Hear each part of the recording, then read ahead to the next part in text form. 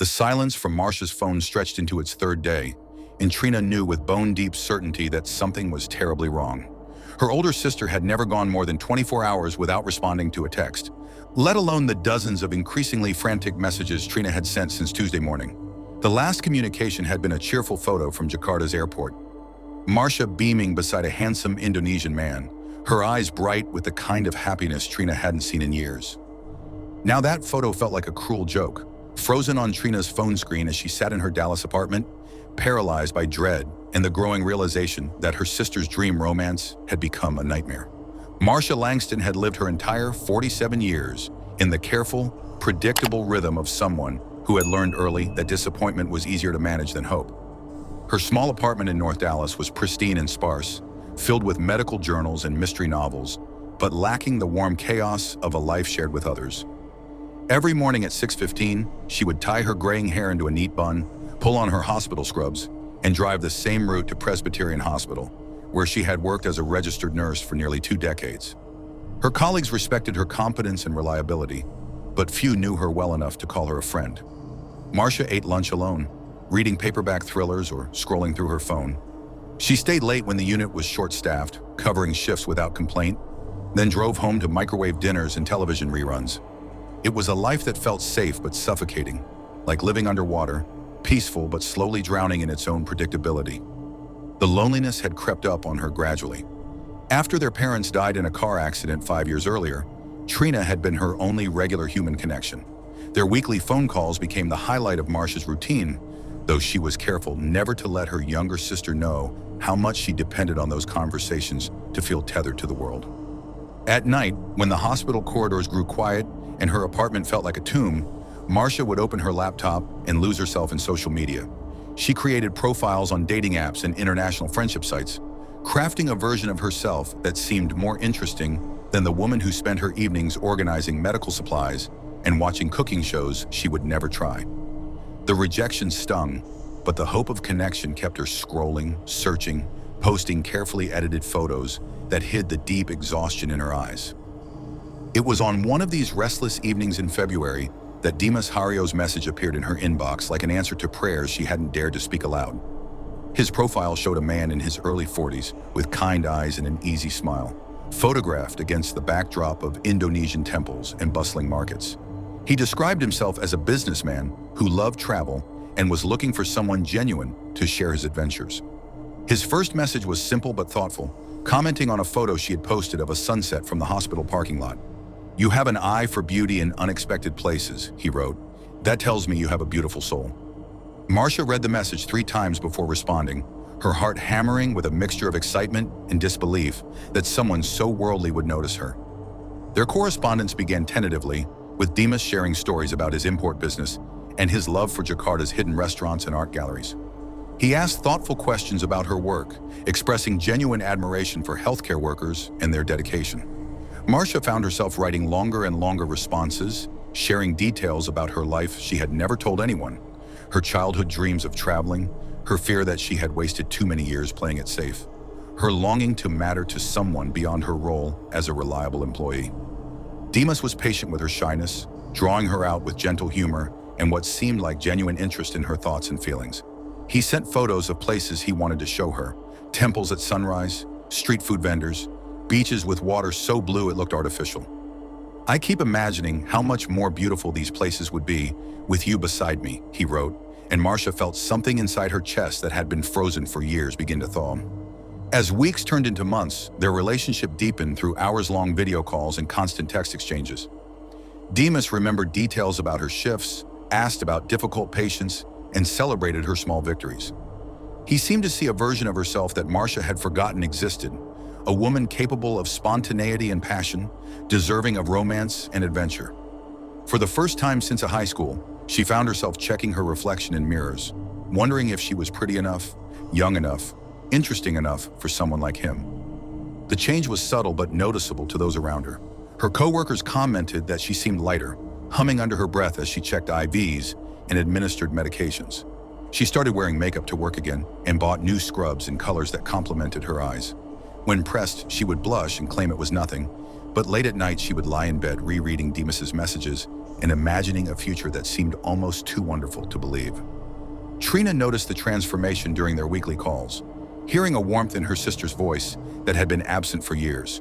When Marsha finally confessed about her online relationship, Trina felt a complex mixture of joy and worry. She wanted desperately for her sister to find happiness, but something about the situation felt fragile, too good to be true. "Just be careful," she found herself saying, hating how the words sounded like doubt when what she meant was love. If you're enjoying this story, kindly do us a favor and subscribe to our channel. It is free and won't cost anything, but it means the world to us. We're just a small channel trying to grow. Thank you, and back to the video. When Dimas invited Marsha to Jakarta in March, her first instinct was terror. The logistics seemed impossible. The expense, the time off work, the 1,000 ways the trip could go wrong. But as they talked through the details over video calls, his excitement proved contagious. He walked her through the airport, showed her the hotel he had booked, introduced her to friends via video, who welcomed her warmly in accented English. His face when he talked about finally holding her was so tender, so genuine, that Marsha's practical fears began to dissolve. She requested vacation time for the first time in 3 years, enduring her supervisor's surprised questions and her co-workers' good-natured teasing about her secret romance. The weeks before departure passed in a blur of preparation and anticipation. She bought new clothes, researched Indonesian customs, and practiced basic phrases she found online. Every evening, she and Dimas would plan their itinerary, his voice growing soft as he described walking with her through markets, introducing her to his favorite foods, showing her the beauty of his country through the eyes of someone who loved her. The night before her flight, Marsha met Trina for coffee, her nervous energy barely contained. She showed photos of Dimas, their text conversations, the hotel reservation confirmations. Trina studied her sister's face, flushed with excitement and hope, and swallowed her lingering concerns. Marsha looked happier than she had in years, and maybe that was worth the risk. "Promise me you'll call as soon as you land," Trina said, hugging her tightly. "And if anything feels wrong, anything at all, you get out of there immediately." Marsha laughed, but her grip was just as tight. "I've never been this happy," she whispered. "I know it sounds crazy, but I feel like my real life is finally starting." April 5th dawned clear and bright, and Marsha arrived at Dallas-Fort Worth International Airport 3 hours early, too excited to sleep. She sent Dimas a selfie from the gate, her face radiant with anticipation. His response came immediately. 18 hours until I can hold you. I'm counting every minute." The 20-hour journey to Jakarta passed in a haze of movies and restless attempts at sleep. Marsha's phone buzzed constantly with messages from Dimas, tracking her flights and expressing his growing excitement. By the time she cleared customs at Soekarno-Hatta International Airport, she was exhausted but giddy with nerves and jet lag. Dimas was waiting exactly where he had promised, holding a small bouquet of tropical flowers and wearing the blue shirt he had shown her in their video calls. He was shorter than she had imagined, but just as handsome, with the same kind smile that had first caught her attention months earlier. When he wrapped her in a hug, she felt the last of her doubts evaporate. This was real. This was happening. Their first evening together exceeded every fantasy she had built during their long months of correspondence. He took her to a small restaurant overlooking the city lights, where they shared plates of food she had never tried and laughed at how strange it felt to finally be speaking, face to face after thousands of text messages. Dimas was attentive and charming, asking about her flight and sharing stories about the city sprawling below them. Back at the hotel, Marsha sent a quick message to Trina. "Landed safely, having the most amazing dinner. We'll call tomorrow with all the details. Love you." She attached a selfie of herself and Dimas, both grinning over plates of Indonesian food, and felt a surge of triumph. She had done it, stepped outside her careful, controlled life and into something beautiful and unknown. That night she fell asleep easier than she had in months, lulled by the sounds of Jakarta traffic and the presence of someone who seemed to genuinely care for her sleeping nearby. For the first time in years, the future felt bright with possibility. She woke to violence. The sound of splintering wood jolted Marsha from deep sleep, her mind struggling to process what was happening as masked figures burst through the hotel room door. She had perhaps 3 seconds of confused terror before rough hands seized her, covering her mouth and binding her wrist with professional efficiency. A blindfold plunged her world into darkness as voices spoke rapidly in Indonesian around her. "Dimas!" She tried to scream through the gag, certain he was being attacked too, desperate to know if he was hurt. But there was no answer, no sounds of struggle from his side of the room. Only the methodical movements of her captors and the terrifying realization that she was utterly, completely helpless. The next few hours passed in a nightmare blur of movement and muffled voices. She was bundled into what felt like a van, driven through streets she couldn't see to a destination she couldn't imagine. When they finally stopped and dragged her from the vehicle, the air smelled different, stale and damp, like a basement or warehouse. Her footsteps echoed on concrete as they led her downstairs and through what sounded like a heavy metal door. When they finally removed her blindfold, Marsha found herself in a dim underground room that reeked of fear and human misery. Other women sat against the walls, some Western, some Asian, all wearing the same expression of terrified resignation. Medical equipment lined shelves along one wall. IV bags, tubes, needles, and machines she recognized from her hospital work, but had never expected to see in a place like this. The truth hit her with sickening clarity as she noticed the needle marks on the other women's arms, the pale, drained look in their eyes. This wasn't about ransom or trafficking in the traditional sense. They were being harvested, kept alive, but systematically drained of their blood, their bodies treated like renewable resources by people who saw them as nothing more than walking blood banks. A man in surgical scrubs who spoke broken English confirmed her worst fears. They had been chosen specifically for their blood types, he explained with clinical detachment.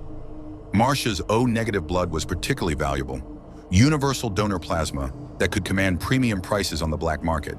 They would keep her alive and relatively healthy, feeding her just enough to maintain her blood production while taking what they needed on a regular schedule. The other women's stories emerged in whispered fragments during the long, dark hours between blood draws. Sarah, a teacher from Australia, had been lured by a man she met while traveling in Thailand. Elena, a nursing student from Germany, had fallen for someone claiming to be a medical volunteer in Cambodia. Each had trusted someone who had sold them for a specific price based on their blood type and health profile. Days blended into weeks as Marsha's strength ebbed with each forced donation. She learned to sleep sitting up against the cold concrete wall, to ration the meager food they provided, to ignore the growing weakness in her limbs. The other women formed a grim sort of sisterhood, sharing what little comfort they could and clinging to increasingly fragile hopes of rescue. Meanwhile, in Dallas, Trina's worry had crystallized into action. The police had been sympathetic but limited in what they could do across international borders. Indonesian authorities claimed to be investigating but provided few updates and less hope. After 2 weeks of official channels producing nothing but bureaucratic delays, Trina emptied her savings account and booked a flight to Jakarta. The city overwhelmed her with its heat, noise, and sprawling complexity. She spoke no Indonesian and knew nothing about navigating a foreign legal system, but desperation had burned away her natural caution. At the local police station, she met Detective Suryadi, a middle-aged officer who had handled missing persons cases involving foreign nationals before. His English was careful but clear, his expression grave as he explained the challenges they faced. "Your sister's case, it fits pattern we have seen," he told her over coffee in the station's cramped break room. "Foreign women, lonely, meet men online who bring them here and then." He spread his hands helplessly. "We know it happens, but these people, they are very careful, very organized." For weeks, Trina haunted Jakarta's police stations, hospitals, and embassy offices, showing Marsha's photo and begging for help. She hired a local private investigator who spoke better English and had connections in less official circles. Slowly, they began to piece together information about the network that had taken her sister. The breakthrough came from an unexpected source. A former member of the trafficking ring, arrested on unrelated charges, offered information in exchange for reduced sentencing. He described a warehouse operation on the city's outskirts where foreign women were held for medical purposes. The description matched intelligence reports that had been gathering dust in police files for months. Detective Suryadi organized the raid for a Tuesday night in late May, 7 weeks after Marsha's disappearance. Trina waited at the police station, her hands shaking as she drank cup after cup of bitter coffee and watched the clock crawl toward midnight. She had lived on hope and terror for so long that she could barely imagine what would happen if they actually found Marsha, or what it would mean if they didn't. The warehouse stood in an industrial district where legitimate businesses shut down at sunset, and shadows could hide any number of crimes. Police surrounded the building as teams prepared to breach the entrances. They had learned to expect resistance from these operations, which often employed armed guards and had escape routes planned in advance. The basement revealed a scene that would haunt the rescue teams for years afterward. 17 women from 8 different countries sat in various stages of physical deterioration, some too weak to stand without assistance. The medical equipment confirmed what investigators had suspected. This was a sophisticated blood farming operation that kept victims alive for months or years while systematically harvesting their blood for sale. Marsha was among the survivors, barely conscious but alive. She had lost nearly 30 pounds and showed signs of severe anemia and malnutrition, but her medical background had helped her understand what was happening to her body and how to preserve what strength she could. When the police lights hit her face, she looked up with eyes that had seen too much but still held recognition and relief. The rescue teams worked quickly to provide medical care and document evidence, while investigators traced the operation's connections. Financial records found in the warehouse revealed payments totaling hundreds of thousands of dollars, with individual victims valued based on their blood type, health status, and how long they were expected to survive the harvesting process. Dimas Hario's name appeared throughout the financial documents, along with bank account numbers and transaction records showing his payments for delivering specific victims. What investigators uncovered painted a picture of a man who had spent years perfecting his technique for identifying, grooming, and delivering vulnerable women to the trafficking network. His online presence had been carefully constructed to appear legitimate while concealing his true purpose. He maintained multiple social media profiles under different names, each crafted to appeal to different types of potential victims. His messages to Marsha had been copied and pasted to dozens of other women, with minor variations to make them seem personal and spontaneous. The investigation revealed that Dimas had been responsible for at least 12 confirmed kidnappings over a 3-year period, with victims from the United States, Canada, Australia, and several European countries. He was paid between $5,000 and $10,000 per victim, depending on their blood type and expected survival time in captivity. As the authorities closed in on him, Dimas attempted to flee the country using false identification documents. The manhunt involved multiple international agencies and lasted nearly a month before finally cornering him at a small airstrip outside Jakarta. When confronted by police, Dimas chose to fight rather than surrender, pulling a weapon and firing on the officers surrounding him. The gunfight was brief but decisive. Dimas died at the scene, taking with him any chance for his victims to confront him directly or understand fully why he had chosen to destroy so many lives for money. But his death also meant the end of his operation and the beginning of justice for the women he had betrayed. The documents found on his body led to a coordinated international operation that dismantled trafficking networks across Southeast Asia and rescued dozens of additional victims. Banks froze accounts connected to the blood trade, and several countries implemented new protections for citizens traveling abroad after online relationships. For Marsha, the road to recovery was long and complicated. The physical damage from months of forced blood donation required extensive medical treatment and nutritional rehabilitation. The psychological trauma ran deeper. The betrayal of trust, the weeks of terror, and the knowledge of how completely she had been manipulated left scars that would take years to heal. But she was alive and she was free. In the Jakarta hospital where she spent 3 weeks recovering, Trina rarely left her bedside.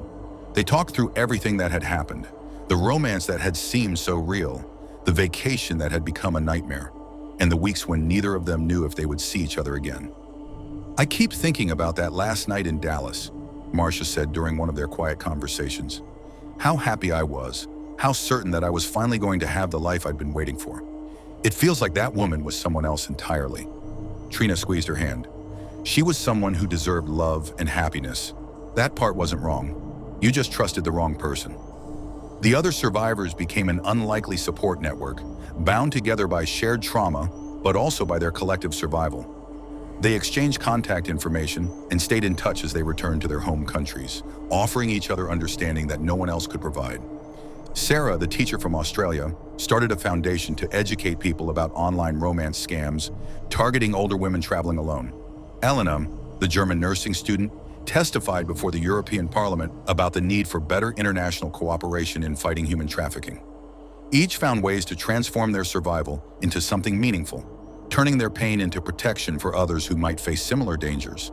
The media coverage of the case was extensive, with headlines focusing on the international nature of the trafficking ring and the sophisticated methods used to target victims.